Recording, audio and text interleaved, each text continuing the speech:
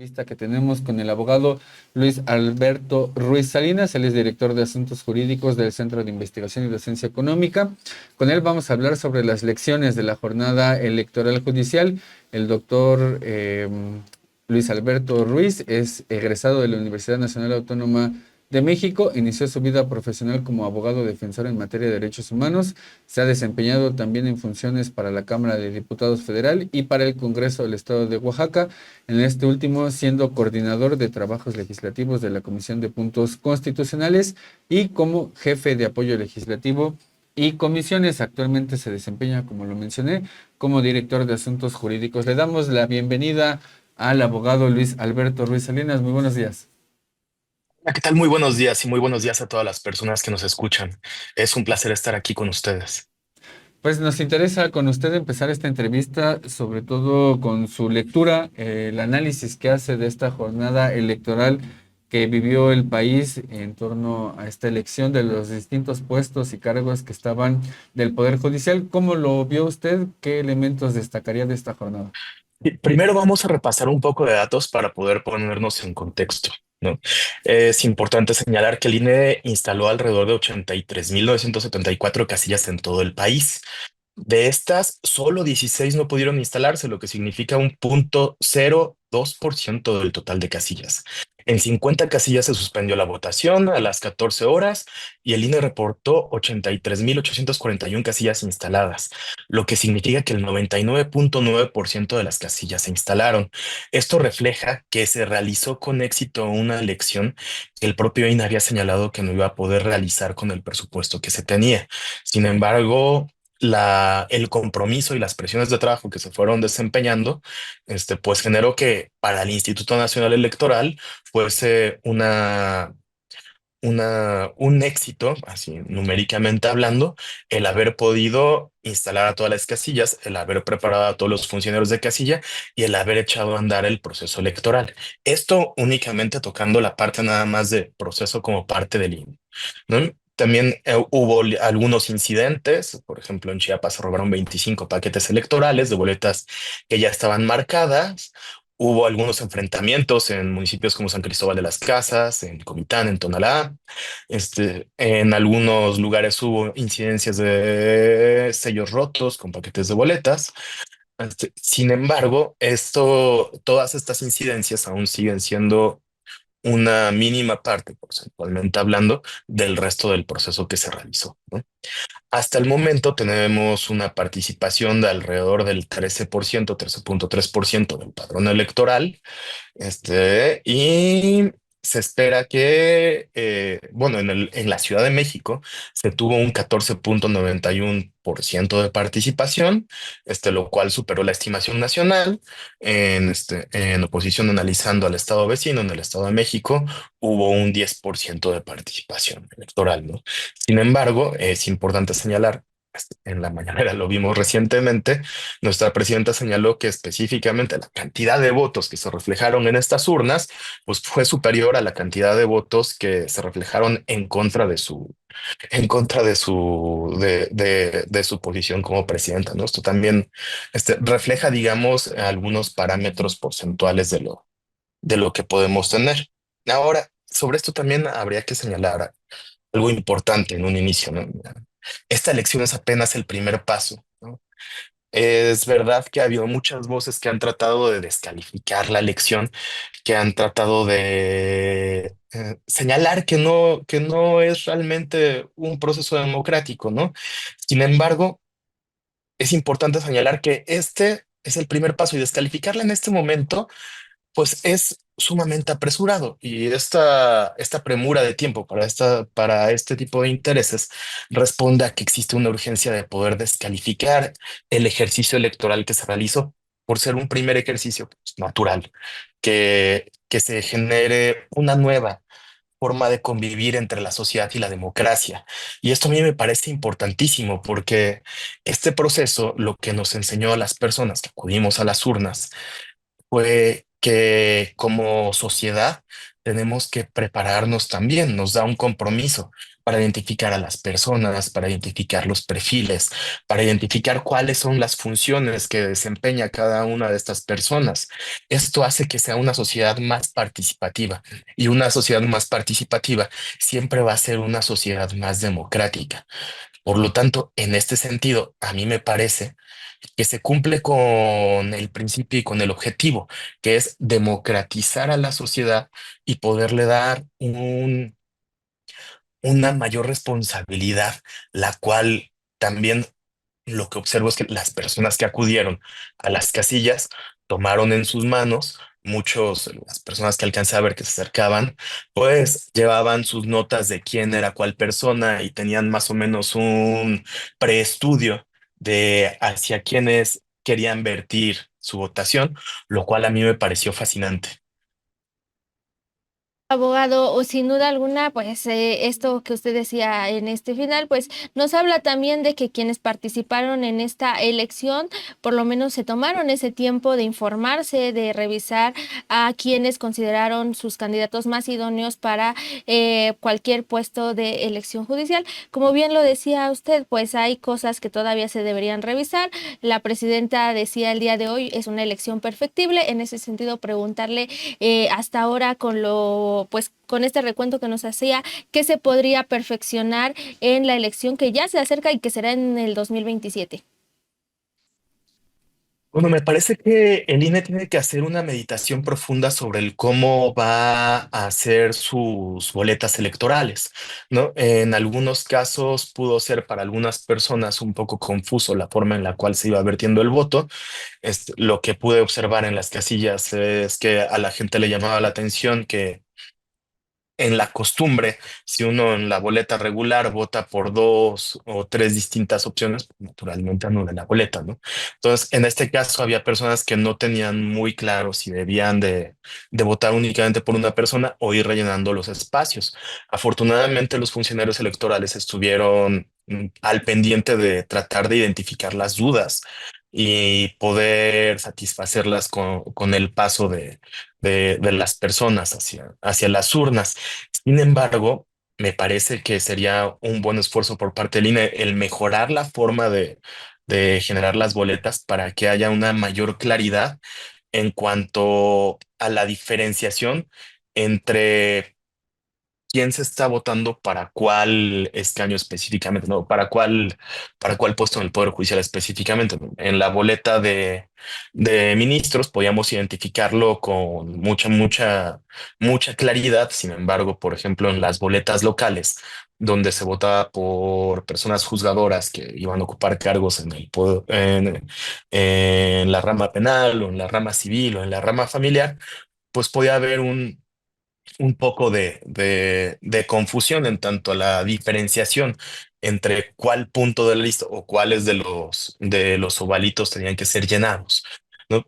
Fuera de eso, me parece que el proceso este, por parte del INE no tiene más espacios a meditar. También sería oportuno meditar sobre la forma en la que se desarrollaron las campañas, que por un lado veo una condición bastante positiva que logró un objetivo y por otro lado observé dificultades en las personas candidatas, ¿no? Primero vamos con las dificultades. Naturalmente les fue difícil poder mantenerse dentro de los parámetros normativos que había para poder desarrollar las campañas, así como dentro de los presupuestos dados, ¿no? Me parece que las personas candidatas a ministro tenían la posibilidad de gastar alrededor de 1 millón de pesos en todo su proceso, no se podía hacer difusión masiva y eventos masivos, etcétera, ¿no? Entonces, esto para ellos les complicó un poco la forma de poder acercarse a las personas. Sin embargo, en el otro aspecto lo veo como un punto positivo y es que naturalmente, en todo proceso electoral siempre hay fuerzas económicas y políticas que buscan imponer o llevar a la victoria a una persona específica, ¿no? En este caso lo podemos ver, tomemos como ejemplo para que se vea más fuerte, y es que para varios intereses, digamos, del capital, les fue económicamente más pertinente y les fue mucho más viable convocar a que las personas no se presentaran a votar que posicionar un candidato dentro de las listas. Y esto en sí mismo para mí significa que la forma en la que se generaron los controles generó un éxito sustancial, dado que las distintas fuerzas de poder e intereses económicos no les fue posible colocar candidatos y no les fue posible colocar personas juzgadoras en escaños importantes para la nación y para nuestra sociedad. Último análisis que hace desde una visión del Estado, tiene también distintas contradicciones. El Estado es precisamente eso, el espacio político en el que se concentran y se condensan distintas fuerzas sociales, distintas fracciones de la burguesía también. En fin, es un espacio con profundas contradicciones.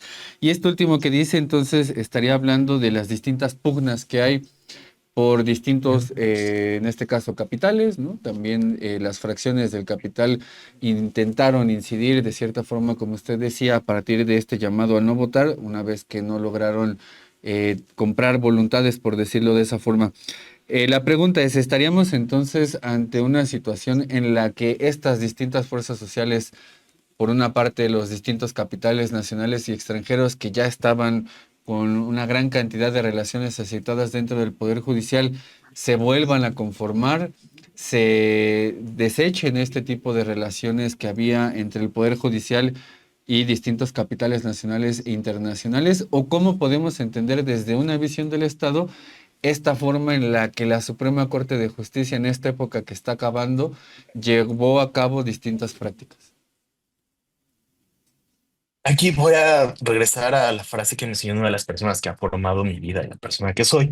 Y en algún momento me dijo, él es un luchador social, me dijo, tan pronto como un poder económico, como un poder político pierde su nicho, su escaño de poder, inmediatamente comienza a trabajar, a maquinar para recuperarlo, ¿no? En ese sentido, la derecha nunca descansa, ¿no? Esa fue la frase que me dejó. Y me parece que en este momento estamos justamente en la puerta de observar eso. Estos poderes, ticos que se encuentran dentro de la sociedad, ya sean externos o internos, ya sean económicos o políticos, en todo momento van a seguir maquinando la forma de poder incidir en los procesos electorales para llevar a buen puerto sus posiciones y sus intereses. Si bien en esta elección se tuvo el éxito de que estos poderes fácticos, en lugar de lograr posicionar a candidatos como personas juzgadoras, tuvieron que recurrir a solicitar o la nulidad del voto o la no participación, esto no significa que en la próxima elección no vayan a encontrar la forma de tratar de incidir. En este sentido, como ciudadanos, nosotros tendremos y mantendremos la obligación de identificar cuáles son estas posiciones, cuáles son estos poderes y vincularnos hacia el voto que nos dé como sociedad los mejores resultados. Que ha cobrado relevancia es, pues como todas las elecciones, ahorita lo mencionaba incluso usted, hay pues ciertos sectores que buscan, digamos, entrometerse, buscan formar parte o buscan incidir en los procesos electorales, no con las mejores intenciones. Por eso es que siempre o hasta ahorita hemos también dado cuenta de estos incidentes. ¿Qué tendría que perfeccionar allí el INE para no solo trabajar ya que hay una denuncia, sino también darle seguimiento puntual, incluso previo a la jornada electoral, de estas posibles denuncias que hace incluso la propia ciudadanía? Bueno, es interesante esta pregunta porque, ¿no? Dentro del Centro de Investigación de Ciencias Económicas, nosotros tuvimos diversos eventos, como se informó la sesión pasada, en la cual también tuvieron a bien invitarme, en las cuales se presentaron paneles con las personas candidatas a ser personas juzgadoras de la Suprema Corte de Justicia. En este sentido, pues naturalmente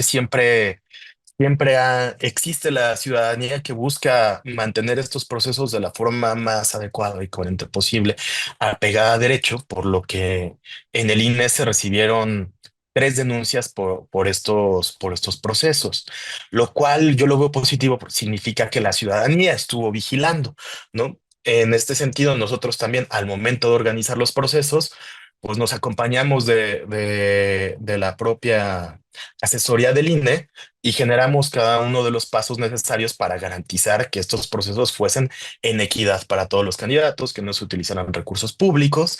Y en este sentido, cuando nos llega a nosotros las tres denuncias distintas, el INE nos da una temporalidad de 24 horas para responder.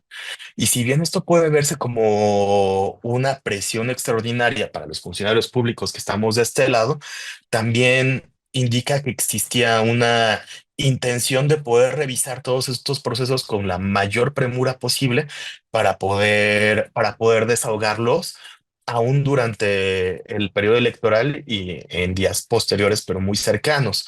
Así, yo veo que este ejercicio, pues, con estas temporalidades o con estos tan cortos para generar respuestas, y bien genera que no sea una fuerte presión, también a mí me pareció que es una obligación de todas las personas que estamos dentro de la administración pública el dar una atención pronta a estas situaciones y hasta ese punto, al menos con la experiencia que yo tuve, se dio una pronta respuesta, ¿no? Naturalmente, la cantidad de denuncias y la cantidad de situaciones que ocurren, pues superan la capacidad estatal para poder atender.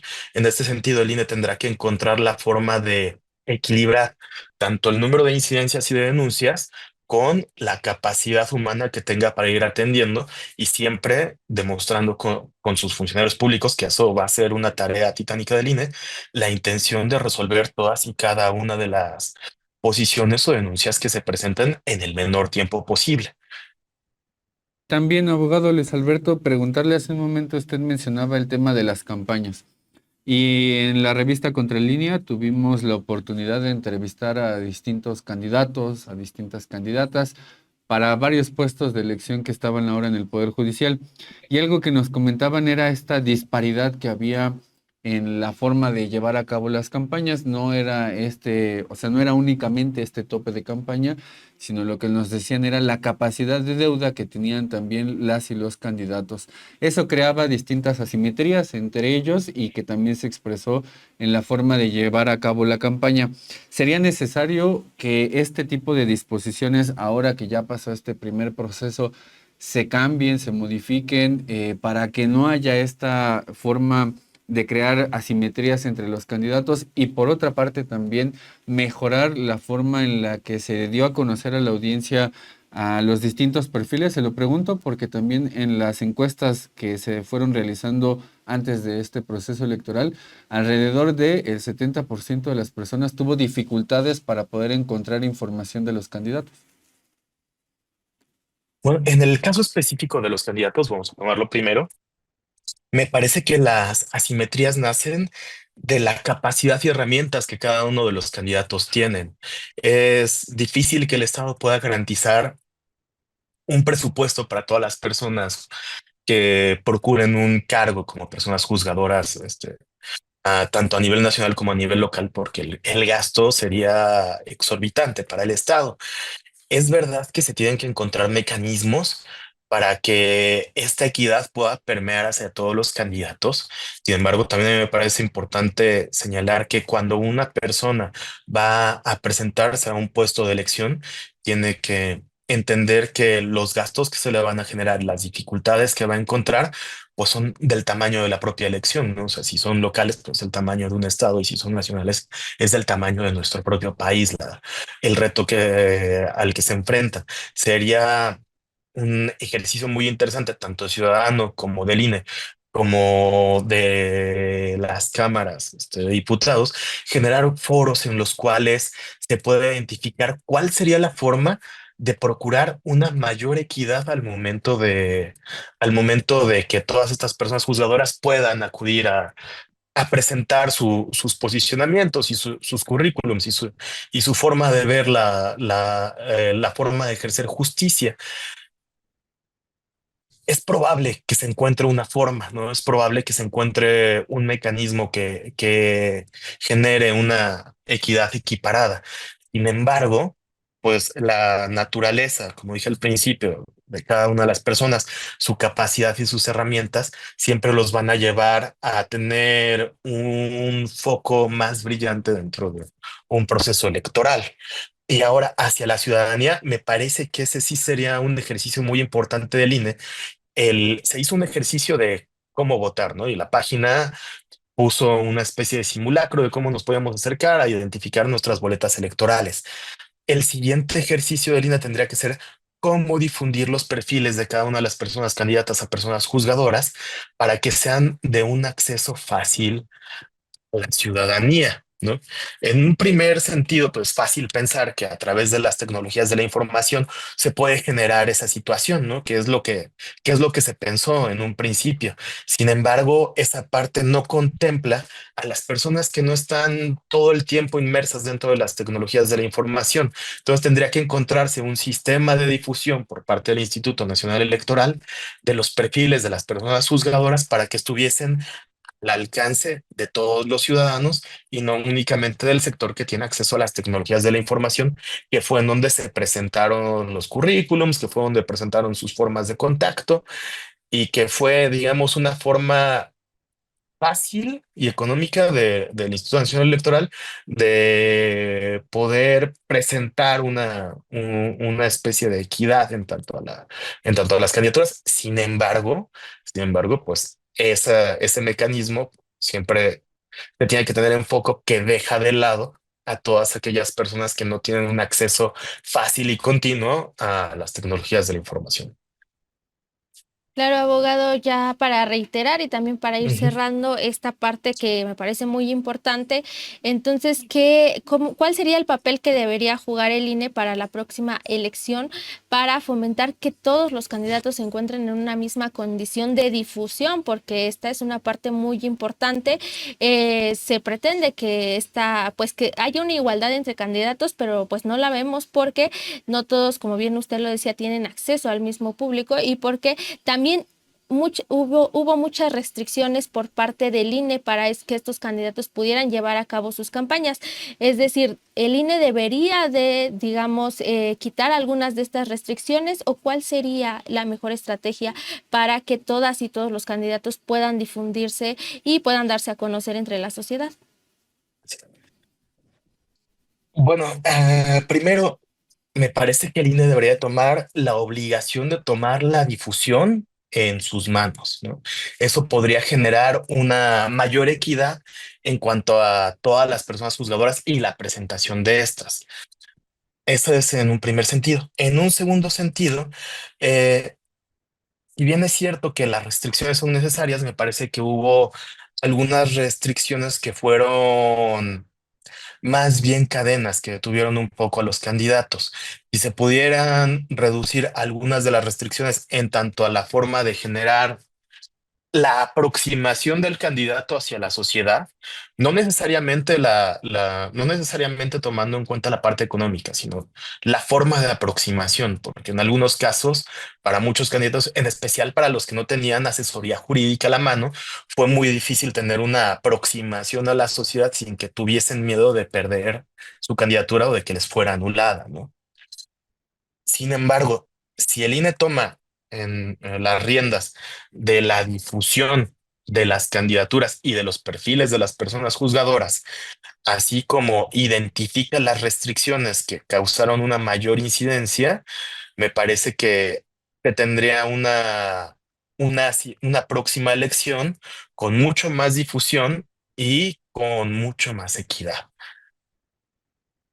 Abogado Luis Alberto, le agradecemos por esta reflexión, por el tiempo también aquí en la revista Mm. Contralínea y esperamos seguir contando Sí, con usted en un futuro. si pudiera dar una última reflexión rápida que me parece Claro, bastante claro. importante, eh, eh, estamos en la puerta de que un candidato que es Hugo Aguilar, quien es una persona indígena, es mixteco, es de la Mixteca Alta, se autoidentifica como indígena, se encuentra en la puerta de ser el próximo presidente de la Suprema Corte de Justicia de la Nación. Y esto, en ese mismo punto, marca el éxito de esta elección, porque generó una movilidad suficiente para que después de 167 años, un indígena nuevamente llegase a ocupar este escaño tan importante. A mí me parece un producto muy sustantivo que refleja que existe un grado de éxito en cuanto a la intención de democratizar el poder judicial. Entonces, en este sentido, si el candidato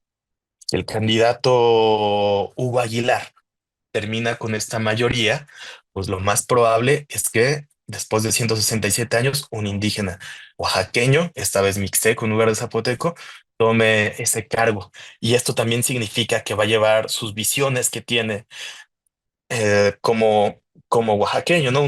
Tiene una visión de juzgar que se parece mucho al tequio y una visión de otorgar justicia que se parece mucho a la mentalidad de lo que significa para los oaxaqueños Guelaguetza. Entonces, estos pensamientos del sur y este tipo de pensamientos comunitarios agregados a la Suprema Corte, me parece que en sí mismo marcan un éxito en este proceso electoral.